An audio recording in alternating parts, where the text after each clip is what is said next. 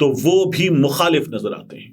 جو نیوٹرل لوگ ہیں ان کی بات کروں تو وہ بھی مخالف نظر آتے ہیں. پھر عمران خان صاحب نے یہ بات کی کہ توشہ خانہ، میں نے آپ سے ٹویٹر پہ عرض کیا تھا کہ مجھے یہ لگتا ہے نواز شریف نے 6 لاکھ میں مرسیڈیز گاڑی لی، مریم نواز نے BMW گاڑی لی. اور وہ مریم نواز کا تو آپ نے انٹرویو منصور علی خان کے پوڈ کاسٹ میں دیکھا ہی ہے کہ مریم نواز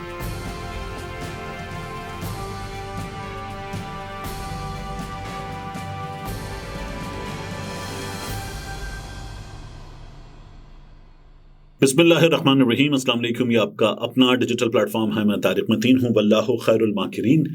اللہ سب سے بہتر تدبیر فرمانے والا ہے. وہی بچائے گا میرے دیس کو بلاؤں سے، جو بارش میں شجر سے گھونسلہ گرنے نہیں دیتا. تو اس ویڈیو کے موضوعات کی بات کریں. عمران خان صاحب نے آج ایک پیغام قاضی فائز عیسیٰ کو بھیجا ہے. اس پیغام کی بات کریں. ان تمام چیزوں سے پہلے آپ سے درخواست یہ ہے کہ اس خاکسار کو، اس ناچیز کو سبسکرائب کیجئے، بیل آئیکن پریس کیجئے، لائک کیجئے، کمنٹ کیجئے، اور ساتھ ہی جو چیز لائک نہیں کرتے وہ ضرور کمنٹ کر کے بتائیے. الگ نیوز کے لیے بھی آپ سے یہی درخواست ہے کہ بیل آئیکن پریس کیجئے، سبسکرائب کیجئے، لائک کیجئے، کمنٹ کیجئے. اب اس ویڈیو کے موضوعات کی بات، ایک بہت اہم ڈیل اندر کے بندوں کی طرف سے آفر ہوئی. اب یہ نام پاکستان تحریک انصاف کی جانب سے کافی دن کے بعد سامنے آ رہے ہیں، اور یہ خبر اس وقت بھی کچھ ہلکے پھلکے انداز میں سامنے آئی تھی، لیکن اب ذرا کھل کر سامنے آئی ہے. جس سے متعلق خبر ہے اس نے خود یہ بات بتا دی ہے. اور ساتھ ہی میں آپ کو یہ بھی بتاؤں کہ اس وقت اڈیالہ جیل میں عمران خان صاحب کیا کر رہے ہیں اس بارے میں بھی معلوم ہوا ہے. اب عمران خان صاحب کی کیفیت کی بات سب سے پہلے آپ کو بتا دوں. خالد یوسف چودھری صاحب عمران خان صاحب کے وکلاء میں شامل، ان سے آج میری بات ہوئی تو انہوں نے یہ بتایا. میں نے کہا کہ عمران خان صاحب کو جب یہ پتہ چلا ہے جو کچھ ہوا، انہوں نے کہا عمران خان صاحب کے پاس پہلے سے خبر تھی.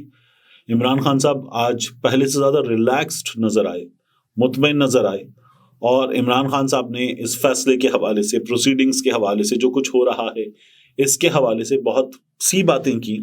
لیکن کام، عمران خان صاحب بالکل کام نظر آئے. یہ ان کا یہ کہنا ہے کہ ہمیں لگ رہا تھا کہ اتنا بڑا کام ہو گیا ہے، اس کے بعد عمران خان صاحب کی کامنس جو ہے وہ ہمیشہ نہ نظر آئے، لیکن بہت کام نظر آئے. تو دلچسپ ہے. سب سے پہلے میں آپ کو بتاؤں کہ کیا ہوا تھا، یہ دیکھ لیجئے. شاہ محمود قریشی صاحب جو ہیں، انہوں نے پاکستان تحریک انصاف کے اپنے کچھ لوگوں کا بھانڈا پھوڑا ہے اور انہوں نے کچھ چیزیں بتائی ہیں. لیکن اس کے علاوہ شاہ محمود قریشی صاحب کمرہ عدالت میں آج رو پڑے، آپ دیدہ ہوئے. انہوں نے یہ کہا کہ میرے بہنوئی کا انتقال ہوا، درخواست کی تھی. اب یاد رکھیے گا، وہ کہتے ہیں درخواست کی تھی مجھے جنازے میں شرکت کی اجازت دی جائے. میں اپنی بہن کو پرسہ بھی نہیں دے سکا. میرا مطالبہ ہے کہ سائفر کیس کے ٹرائل کو لائیو دکھایا جائے. یہ بہت بڑی بات ہے. یعنی وہ کیس جس میں شاہ محمود قریشی صاحب سنگین ترین مقدمے کا سامنا کر رہے ہیں، سنگین ترین الزامات کا سامنا کر رہے ہیں، شاہ محمود قریشی صاحب کہہ رہے ہیں کہ اس کو لائیو دکھایا جائے، بتایا جائے کہ ہم نے پاکستان کے تعلقات کن ممالک سے خراب کر دیے، دنیا کیا سوچتی ہے، یہ سب کچھ اس میں پتہ چلے گا.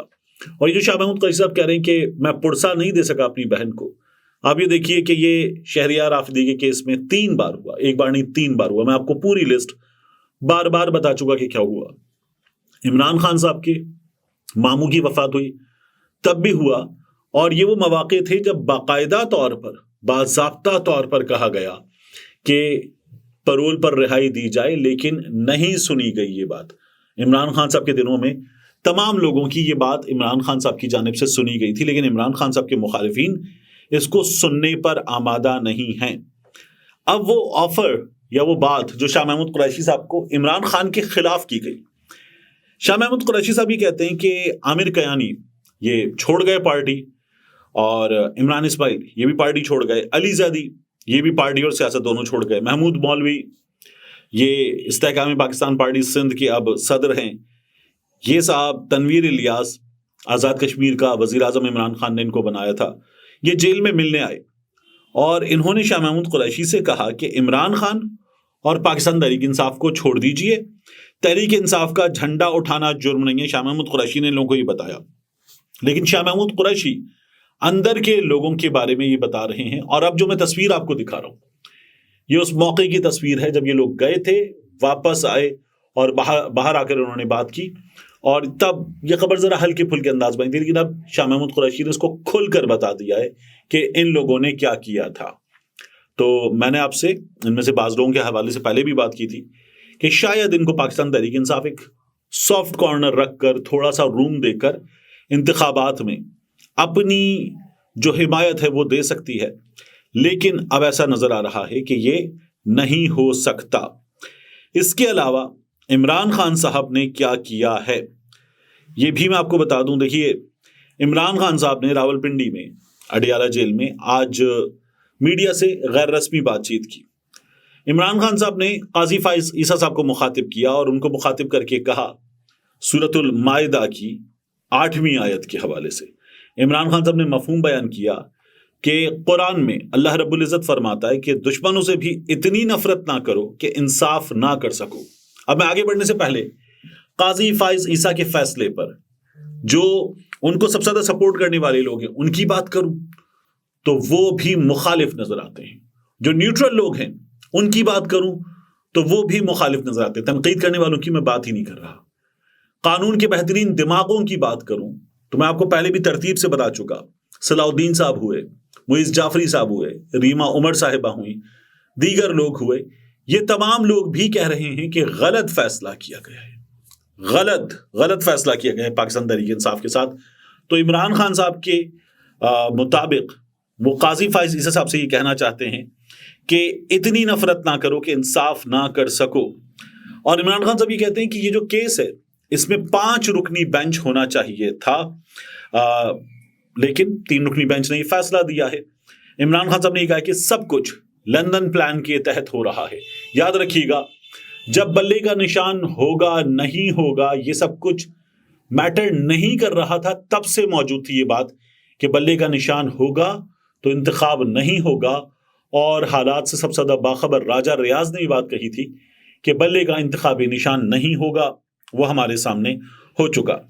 عمران خان صاحب یہ کہتے ہیں کہ میرا جیل میں ہونا، پاکستان تحریک انصاف کا خاتمہ اور نواز شریف کے کیس معاف ہونا سب لندن پلان کا حصہ ہے، اور یہ تمام چیزیں اس لیے ہو رہی ہیں کہ نواز شریف قانون سے بالاتر ہے۔ پھر عمران خان صاحب نے یہ بات کی کہ توشہ خانہ، میں نے آپ سے ٹویٹر پہ عرض کیا تھا کہ مجھے یہ لگتا ہے کہ عمران خان صاحب پر نیب کے 2 کیسز ہیں، ایک توشہ خانے کا اور ایک القادر ٹرسٹ کیس کا۔